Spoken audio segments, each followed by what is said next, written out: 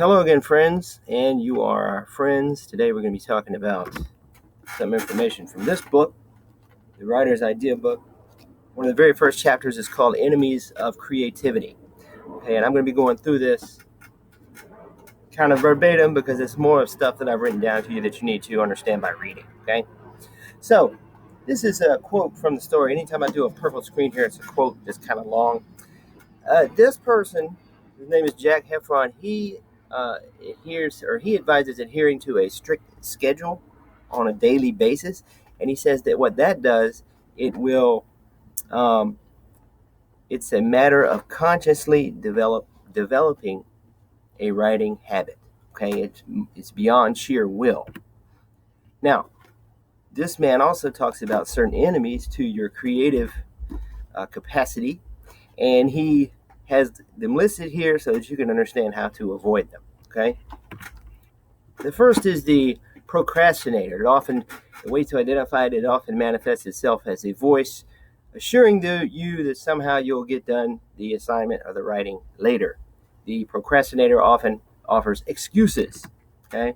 The strategy to defeat the procrastinator.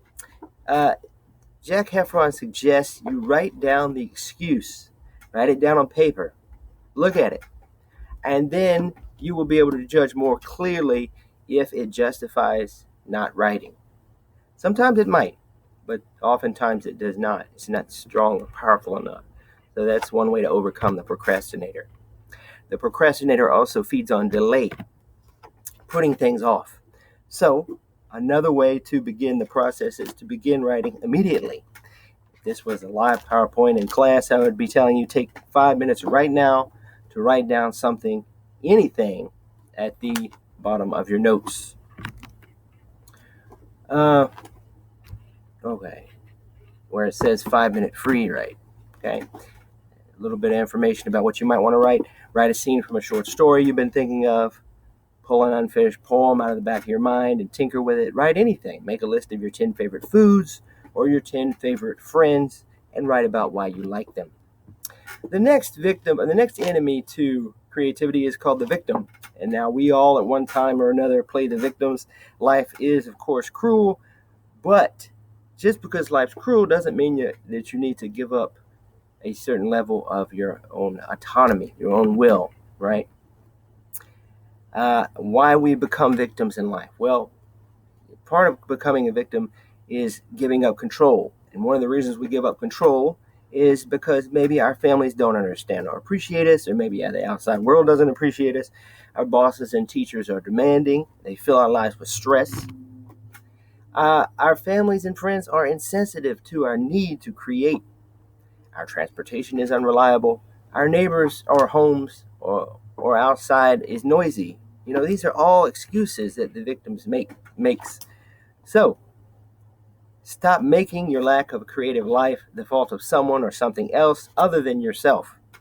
Any or all of the above listed reasons might be true for you, but when you hear yourself complaining about them, hear the voice of the victim. And as with the procrastinator, know that the victim is inside you, indeed underneath your control. So a strategy for fighting the victim: recognize victim talk. When you hear it, it will often start off with an I statement, like I can't get anything done because, the victim is very egotistical. It's really focused on yourself, the ego. It starts with the words I can't. So when they pop up in your thinking, recognize them as the victim talking. Take control.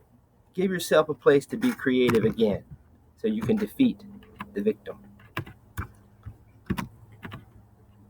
Next is the talker. Okay, the talker is kind of a way to squander your creative potential. Okay, the talker needs attention. The talker needs validation.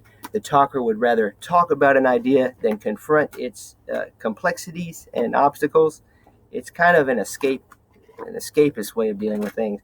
The talker wants the glory, but none of the hard work. And one way to deal with the talker is to shut him down. So when writers tell me they need to talk it all out first, Jack Heffron says my advice is simple. He says, shut up. Ann Tyler, she puts it more gently. She says, it makes me so uncomfortable for them. If they're talking about a plot idea, I feel the idea is probably going to evaporate. I want to almost physically reach over and cover their mouths and say, "You'll lose it if you're not careful." The talker. Writing is a private act. It's a way of communicating with our secret lives. Bringing in a third party is almost always a bad idea. It removes the intimacy and the revelation from what you're doing, and you end up making small talk. Try it. Try it. There's always awkward silences that lead to small talk because sometimes people don't understand what you're saying or whatnot. This is Jay McInerney, I think, said this. He says, "I find it helps to remove myself as much as possible from the world of daily life. Living in New York, it's tough to block out the din of the city, so I go away. I try to find a treehouse somewhere and pull the ladder up behind me. Once I have begun to believe in my alternate fictional universe, I can come and go from that treehouse, but in the beginning, it's a very fragile state." So one strategy for dealing with the talker is this. This is just an interesting one that Jack Heffron thought up.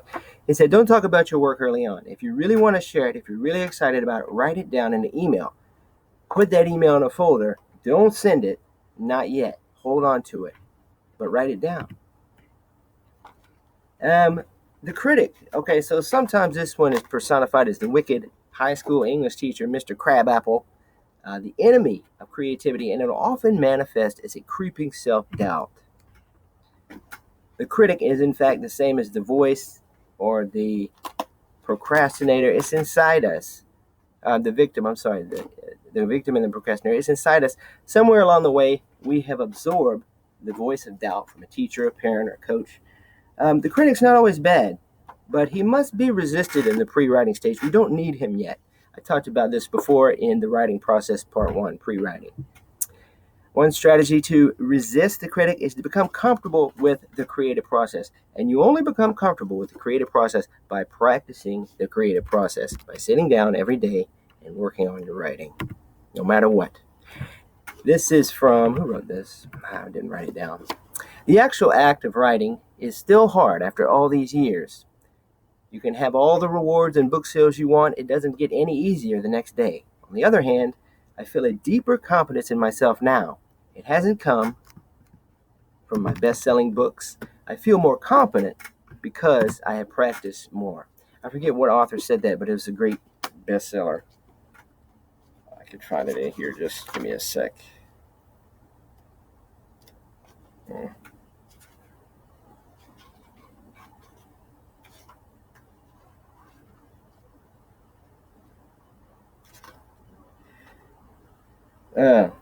No, not Jay McInerney. Let's see.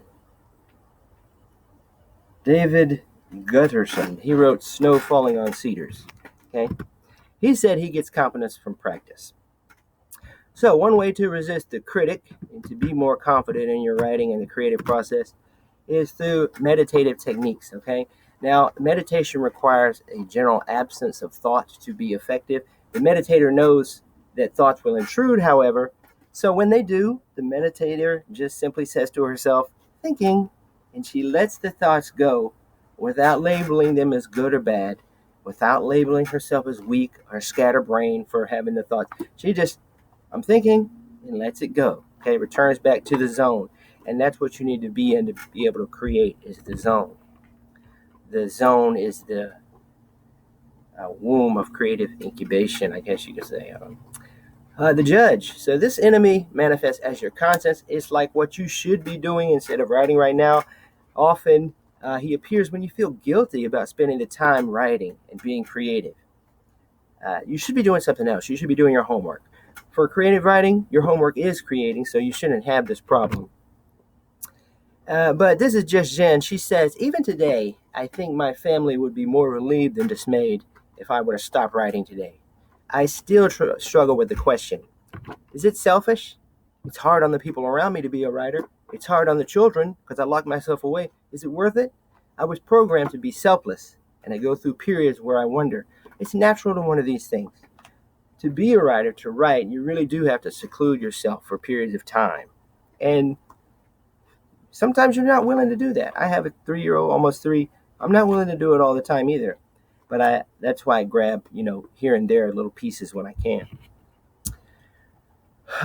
So the best way to resist the judge, the guy who judged you for writing instead of being, doing something else, is to alter your axioms. Okay, this guy is trying to trick you into thinking that you're really doing the right thing by writing. If you're writing, think about it like this: if you're writing out of a need to communicate something to yourself, your family, or to the world, then you owe it to yourself, your family, and the world to take the time to write. So you don't want to deprive the world or your family or yourself of this need to communicate. Plus, it makes you a better person, a whole person. You realize that writing is part of your moral imperative because it allows you to be the best you can be. And if you're to be a well-rounded whole person, you need an outlet for your creativity, and that's going to be writing. John Gardner suggests that those who really want to be writers should ignore everything, even their personal responsibilities. John Gardner wrote Grendel, a great book. I don't know if he wrote a lot else, but this is what he said. He said, if you're going to be a writer for real, you should use people, live off a spouse, accept money from parents, don't get a job, write. And that's the only way you're going to produce something worthwhile if you're going to be able to, one, make a living writing, but two, contribute something. Bees around me. There's all these bees around me out here. Okay, the author. All right, this is another enemy of creativity. The author can be recognized as a sense of propriety about the idea of writing itself. The author is very materialistic and capitalistic. He sees every moment of writing important only if it leads to publication. Instead,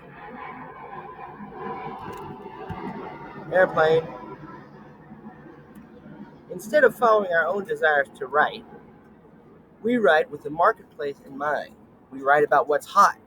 It's good for any serious writer to understand the marketplace, but writing for the marketplace is usually a bad idea. If you don't feel passionately about a subject, you won't write well about it. And that's true. A lot of the times things we're passionate about have nothing to do with what is hot right now, right? The author. So students, this is the same one I've been talking about. Students fall into the same trap, okay? You are in creative writing, maybe. You're only writing to satisfy a course requirement, or you're only writing because I assign you to write. If you do it only because it's an assignment, or only because to satisfy the requirements of the course, it's going to be stale, and it honestly won't come easy. You need to find a way to make it your own, to make it personal in a way that you can be passionate about. So the best way to defeat the author as the enemy of creativity is to try to find subject matter or a way to write about your given subject matter in a way that grabs you on an emotional level. And then you'll enjoy the writing for its own sake, and you'll learn to relish the process.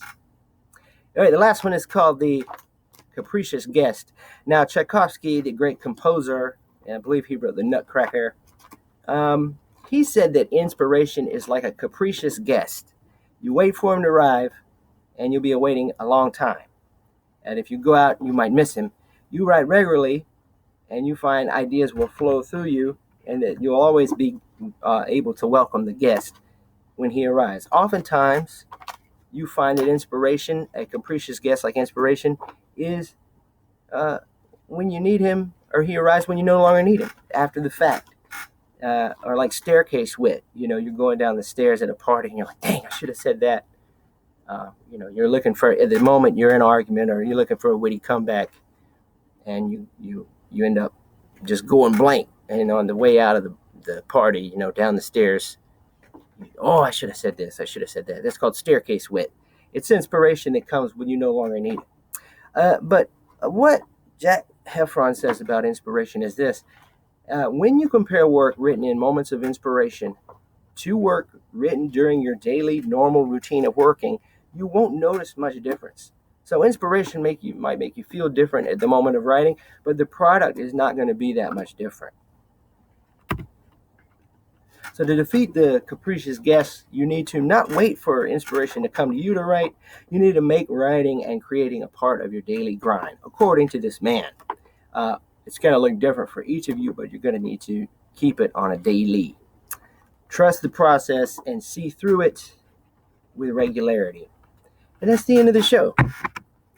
All right, guys, that's all I have for enemies of creativity. We'll talk more about this in class, obviously. I will see you or talk to you later. Goodbye.